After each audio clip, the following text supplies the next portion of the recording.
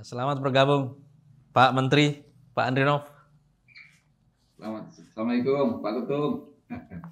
Dan ini ada anak muda, Edward Gani. Gitu ya. Ini lucu juga namanya nih Edward ini ya. Kalau Ganinya sih rasa Indonesia ya. Edwardnya saya nggak tahu nih. Sahabat Gelora dan teman-teman media yang mengikuti acara ini lewat Zoom. Assalamualaikum warahmatullahi wabarakatuh. Waalaikumsalam. Alhamdulillah kita kembali berjumpa di acara Gelora Talk sore hari ini. Hari ini kita membahas satu tema yang serius, tapi tema ini menyangkut mimpi kita bersama, yaitu menyaksikan Indonesia menjadi salah satu kekuatan superpower baru dunia. Tapi pemerintah baru saja mencanangkan mimpi tentang Indonesia emas di tahun 2045 ya. Kami pada sore hari ini mengundang dua mantan menteri kepala Bappenas nih, Pak Andrinov dan juga Pak Profesor Bambang Brojonegoro, yang tentu saja ini otak di balik penyusunan rencana ini. Walaupun Pak Andrinov terlibat berapa tahun di kabinetnya Pak Jokowi, Pak Andrinov? Oh, cuma 1 tahun. 1 tahun ya.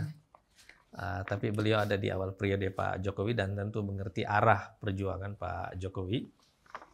Juga ada anak muda Pak Mas Edward Gani yang menyertai kita di sini sebagai pengamat kebijakan publik. Partai Gelora ini selalu mengulang-ulangi mimpi tentang Indonesia sebagai superpower baru. Saya menulis satu buku pada tahun 2013 yang lalu, Bang Miing. Ini yang saya kasih judul tentang gelombang ketiga Indonesia.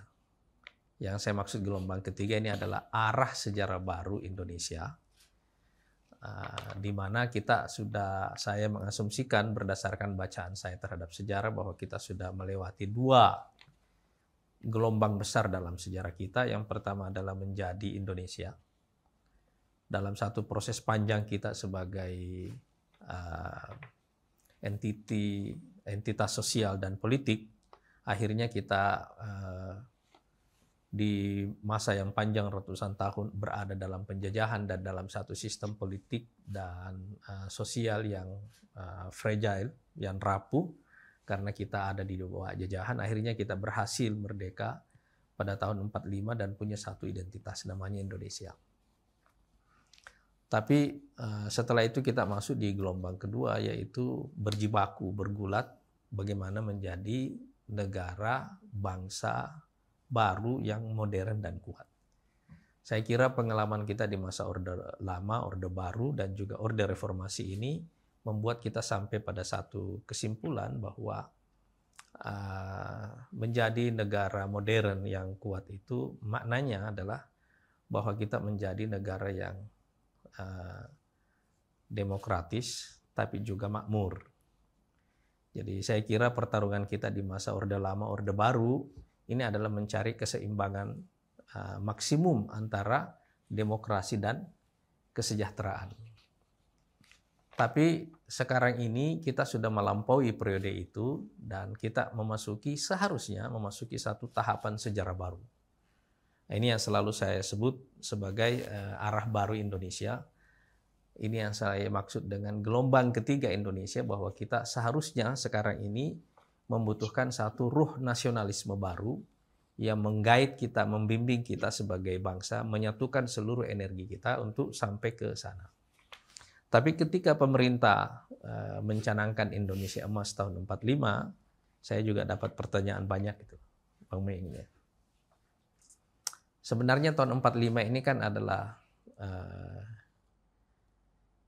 lebih banyak berhubungan karena kita ingin merayakan 100 tahun Indonesia merdeka dengan satu indikator yang jelas sebagai bangsa maju, bangsa besar itu ya. Waktu saya mencanangkan ide tentang gelombang ketiga Indonesia atau arah baru Indonesia, saya sebenarnya tidak mencanangkan tahun sebagai ukuran seperti itu. Tapi saya percaya pada teori siklus dalam filsafat sejarah. Bahwa setiap bangsa itu ada siklusnya Seperti juga setiap individu ada siklusnya. Dalam satuan yang lebih besar, keluarga, masyarakat, dan juga bangsa. Kemudian satuan yang lebih besar lagi adalah peradaban. Itu selalu ada siklusnya. Kalau kita kembali kepada agama, ini Pak Andrinov ini karena saya backgroundnya dari syariah ini, bukan politisi sebenarnya saya ini. Saya mau menjelaskan sedikit bahwa Rasulullah Shallallahu Alaihi Wasallam itu juga menyebutkan bahwa Allah Subhanahu Wa Taala akan membangkitkan pada ujung setiap 100 tahun orang-orang yang akan memperbaharui agama ini, yaitu Islam.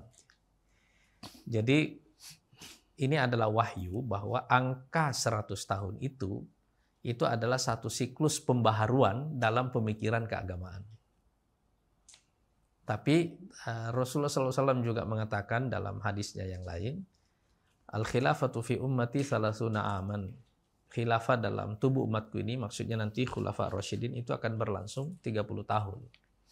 Jadi umur satu rezim, siklusnya itu ada siklus 30 tahun, ada siklus 100 tahun. Jadi siklus-siklus ini adalah siklus yang menyangkut satuan berdasarkan besarannya gitu ya.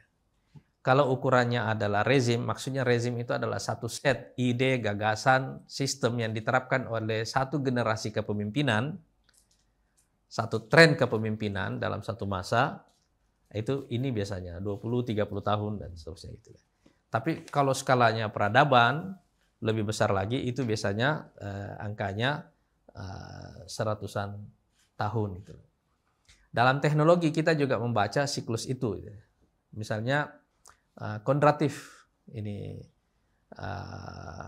pemikir dari Rusia ini mengatakan bahwa misalnya dalam teknologi siklusnya itu sekitar 60 tahun.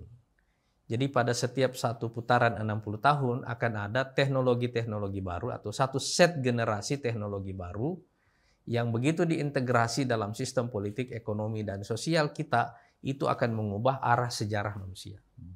Itu siklusnya ya. Ya. Kalau kita belajar geopolitik, orang juga membuat siklus di antara 80 sampai 120-an tahun. Jadi kalau kita bicara misalnya Indonesia emas 100 tahun, kira-kira ini akan dipikul oleh 4 generasi. Nah, Orde Lama, Orde Baru, Reformasi, dan ini akan ada generasi baru nanti yang akan memikul satu bagian akhir dari siklus ini nanti. Nah, tapi pertanyaan kita adalah apakah siklus kita siklus naik atau turun? Siklus turun. Iya. Kalau misalnya kita melihat ukuran ekonomi misalnya, Cina sejak dipimpin oleh Xi Jinping, itu PDB-nya secara persentase itu turun terus Pak Andrinov. Jadi angka tertinggi dari pertumbuhan Cina itu diperoleh pada masa Hu Jintao. Ya, 2012-2013 ini terakhir.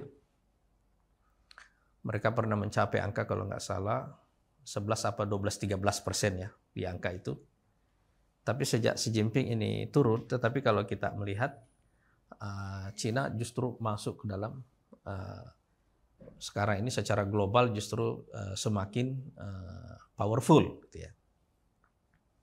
Nah, jadi saya ingin menyampaikan sedikit bahwa apa yang kita perlukan untuk mencapai Indonesia Emas itu, nah ini yang akan menjadi tema perbincangan kita dengan para narasumber kita nih Bang Mi gitu ya. Yang pertama, saya ingin mendengarkan bagaimana para narasumber kita ini membaca tantangan geopolitik yang sekarang kita alami. Apakah ada banyak sumber disrupsi yang membuat target Indonesia Emas ini supaya kita membedakannya antara mimpi dan angan-angan ini? Apakah tantangan geopolitik kita sekarang ini memungkinkan kita mencapai target-target itu atau tidak? Ya kan, waktu Pak Jokowi mengumumkan ini kan sisa waktu beliau kan tinggal 1 tahun kira-kira ya, 1 tahun lebih sedikit ya. Jadi artinya beliau akan meninggalkan ini sebagai warisan legasi beliau. Tetapi yang akan melanjutkannya kan adalah pemerintahan selanjutnya. Cuma situasi global yang kita hadapi sekarang ini penuh dengan disrupsi-disrupsi yang tidak menentu, termasuk diantaranya adalah ancaman perang global akibat eskalasi konflik di seluruh dunia saat ini. Kalau kita melihat sekarang, zona yang paling aman di dunia adalah Eropa. Sekarang tidak lagi jadi zona aman. Ya kan? Di sana sekarang sudah ada perang dan tidak ada yang tahu yang bisa memprediksi perang ini berakhirnya kapan. Yang kita lihat tanda-tandanya sekarang ini adalah eskalasi terus-menerus yang tidak berhenti. Setiap hari orang mulai berbicara tentang kemungkinan perang nuklir dan artinya barang tabu yang tadinya tidak pernah dibicarakan sekarang sudah menjadi obrolan hari-hari dan orang memperkirakan, membuat prediksi tentang kemungkinan itu.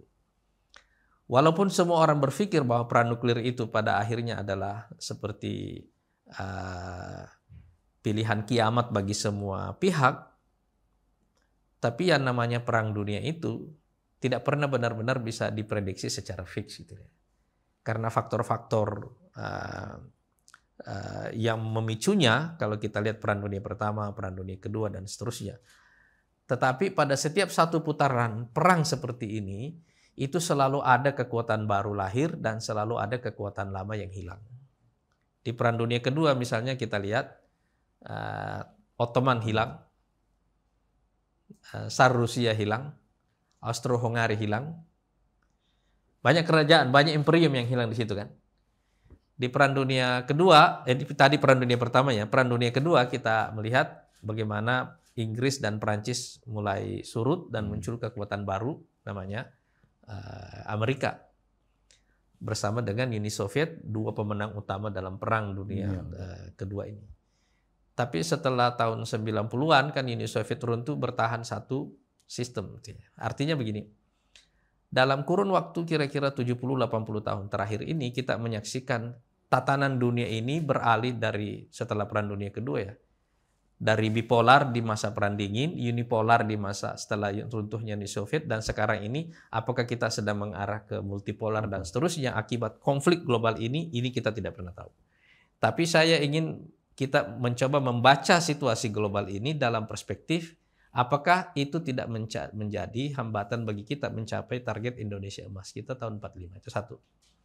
Yang kedua, kenapa Adrinov ini dan ini ada dua, sebenarnya kalau kita lihat di narasumber kita ini kan wakil dari dua generasi ini ya. Nah ini kita mau membaca dalam perspektif generasi ini. Apakah energi kita, energi kolektif kita sebagai bangsa saat ini memadai untuk menciptakan Indonesia emas itu. Kalau tahunnya sampai? Iya, kalau tahunnya sih akan sampai insya Allah itu. Tahunnya sampai. Saya mulai bicara tentang bonus demografi itu sejak tahun 2013 di buku saya Gelombang Ketiga Indonesia. Tetapi bonus demografi ini kan belum tentu punya impact ya. Iya kan? Apakah dia akan punya impact nanti benar-benar dalam menjadikan Indonesia sebagai superpower baru? Tetapi yang bisa kita sepakati bersama adalah bahwa pada setiap siklus sejarah seperti ini, kalau kita bicara tahun 45 ini kan juga awal dari masa perang dingin ya. Artinya akhir dari perang dunia kedua, awal dari satu masa. Jadi tahun 45 ini memang ini tahun dalam sejarah bangsa modern ini punya makna yang banyak gitu ya. Tahun keramat. Tahun keramat ini ya. Nah, jadi kita juga akan memperingati tahun 45 itu adalah satu siklus 100 tahun dari tatanan dunia yang tercipta sejak berakhirnya perang dunia kedua. Cuma tatanan itu udah berganti-ganti berapa kali. Dari bipolar di masa perang dingin ke unipolar, setelah itu sekarang kita tidak tahu ini kemana arahnya gitu loh. Tapi kita ingin membaca apakah energi kita sebagai bangsa saat ini memadai untuk itu. Apakah ide Indonesia atau mimpi Indonesia Emas ini bisa menjadi semacam ruh nasionalisme baru bagi kita sebagai bangsa. Nah, kalau sekarang narasumber kita ini mewakili dua generasi, ini kita akan mendapatkan banyak jawaban yang menarik pada sore hari ini. Saya kira ini pengantar saya, Bang Mi. Ini diskusi kita menarik ya, kalau dilihat dari segi timeline tadi, sebenarnya ini periode ketika kira-kira Partai Gelora sudah ada di pusaran kekuasaan di Indonesia, insya Allah gitu ya. Di periode 2024 Amin. sampai 2045 nanti. Tapi saya di awal tadi concern dengan isu geopolitik karena kita melihat begini. Ini perbandingan ini menarik tadi yang disampaikan tadi Pak Adrinov ya. Kalau kita lihat misalnya negara Asia Timur ya, kita ambil misalnya di 4 kawasan ya. Di spot ini misalnya kita lihat Korea Selatan, ada Jepang, kemudian ada Cina, Taiwan. Kalau kita pisahkan Cina dan Taiwan dulu ya. 4 negara ini semuanya itu tumbuh dengan satu kesepakatan geopolitik besar. Gitu ya. Kita bisa bilang bahwa Jepang, Korea Selatan secara khusus, Taiwan itu kan ini American baby. Gitu ya. Ini bayi yang dibesarkan oleh Amerika. Gitu. Sama juga seperti Jerman. Walaupun bangsa-bangsa ini punya modal budaya, karakter yang kuat untuk maju ketika mereka mendapatkan stimulan geopolitik yang besar. Kan kita relatif tumbuh di waktu yang sama di kawasan Asia Tenggara. Gitu. Tapi kenapa kemajuan kalau tadi Pak Prof Bambang bilang Malaysia juga tidak mencapai apa yang dia mau, ya kan? Yang ditargetkan oleh Mahathir. Tapi kita di Asia Tenggara, kawasan ini yang juga lulu lantak dengan perang di era perang dingin, kita lihat ada perang Vietnam, gitu kan. Di sini juga ada kudeta G30 SPKI tahun 65. Ini kan berlangsung kira-kira di kurun waktu yang relatif sama masa-masa konflik ini. Dan masa-masa kita mulai membangun juga relatif sama. Tapi kawasan Asia Tenggara ini adalah kawasan netral yang tidak punya perikatan geopolitik yang kuat seperti yang dimiliki oleh Jepang, Korea Selatan, Taiwan, dan kemudian itu China. Sekarang kita pindah ke tempat lain, kawasan negara yang mencatat membukukan pertumbuhan yang luar biasa bagusnya dalam kurun waktu katakanlah 2 dekade terakhir ini dengan tantangan geopolitik yang luar biasa besarnya. Rusia misalnya. Putin ketika mengambil alih tahun 99 atau tahun 2000 sampai sekarang kalau kita lihat pertumbuhannya itu kan dari 250-an miliar GDP-nya pada saat awal Putin memimpin, sekarang 2,2 triliun lebih kira-kira kayak begitu ya. Artinya dalam waktu 20 tahun ini Rusia bisa membukukan pertumbuhan yang luar biasa dan pada waktu yang sama dia menjadi musuh negara adidaya yang lain. Iya kan? Dari awal, bahkan ketika dulu Putin menawarkan diri untuk masuk ke NATO, Bill Clinton tidak mau. Maksudnya ini ada satu model dari negara yang secara geopolitik itu benar-benar terisolasi, tetapi dia bisa membukukan satu pertumbuhan yang luar biasa. Apa sih sebenarnya engine growth dari Rusia itu? Misalnya kita lihat mereka di pangan luar biasa besarnya. Share mereka sekarang di gandum misalnya itu kan bersama dengan Ukraina ya, mungkin 30% dari produk dunia. Gitu. Kemudian di energi, walaupun dia tidak sendirian di energi, tetapi kemudian di sektor industri pertahanan dan seterusnya. Gitu. Tapi maksud saya adalah dia memahami situasi geopolitiknya dan bisa melampaui tantangan-tantangan besar itu tumbuh. Kita lihat lagi misalnya India. India tidak punya perikatan geopolitik yang sekuat Cina misalnya dengan Amerika di awal pertumbuhannya. Dengan semua komplikasi sosial di India, gitu ya. Kita melihat India tetap bisa membukukan satu kemajuan. Artinya bangsa ini punya determinasi dengan tantangan geopolitik yang luar biasa besarnya begitu ya. Saya membaca bahwa disrupsi geopolitik sekarang ini itu akan mempunyai impact yang sangat besar yang membuat kita tidak bisa perlu kita antisipasi bahwa apakah kita bisa mencapai nanti tantangan itu atau tidak. Karena misalnya perikatan geopolitik yang kuat antara Jepang misalnya dengan Amerika itu kan melahirkan apa? Transfer teknologi, investment modal, kemudian market. Dia dikasih semuanya gitu. Nah, kita tidak dalam posisi untuk melakukan hal-hal seperti itu dan karena itu kita mesti merumuskan jalan kita sendiri. Jalan kita ini lebih berliku, lebih mirip seperti India, lebih mirip seperti Rusia, lebih mirip seperti misalnya Turki ya, ketika dipimpin oleh Erdogan ya di awal tahun 2000-an juga 2003 yang mulainya. Sama juga kayak begitu tuh. Dia negara yang secara geopolitik juga tidak gampang posisinya gitu loh. Kalau kita lihat pergolakan politiknya di dalam negeri luar biasa ya, kan bisa. Tetapi dia bisa membukukan pertumbuhan. Sebenarnya saya sepakat tadi dengan yang disebut oleh Prof. Bambang tadi bahwa mimpi itu perlu, timeline itu perlu. Itu saya sepakat sekali dengan itu. Sebab seharusnya gagasan tentang Indonesia superpower baru atau Indonesia emas ini menjadi ruh nasionalisme baru atau babak sejarah baru Indonesia yang harus kita lewati. Tapi kita perlu menghitung bahwa seperti Malaysia misalnya tidak mencapai yang mereka mau, itu adalah kendala geopolitik karena itu kan skalanya. Begitu kita mau naik dari skala seperti yang misalnya Prof. Bambang tadi sebutkan, itu kan pertumbuhan yang eskalatif ya. Skalanya besar yang seperti itu kira-kira. Nah, saya mau menguatkan kembali pertanyaan soal itu tadi kepada tiga narasumber. Saya mau mengucapkan terima kasih aja kepada tiga narasumber kita. Prof. Bambang, luar biasa eksplorasinya. Pak Andrinov, eksplorasinya luar biasa, dan juga Mas Edbar ya. Ini luar biasa eksplorasi kita sore hari ini, dan sekali lagi saya ingin mengucapkan terima kasih. Kita semuanya sepakat bahwa Indonesia Emas itu harus jadi mimpi bersama, harus jadi ruh nasionalisme baru bagi kita semuanya. Kita perlu konsolidasi politik. Ini yang jadi tugas saya tadi dari Pak Bambang tadi. Harus ada konsolidasi politik, dan tentu saja secara keseluruhan kita perlu energi besar dan juga peta jalan untuk mencapai tujuan besar kita itu insya Allah. Sekali lagi terima kasih kepada ketiga narasumber kita yang telah memberikan pencerahan sore hari ini.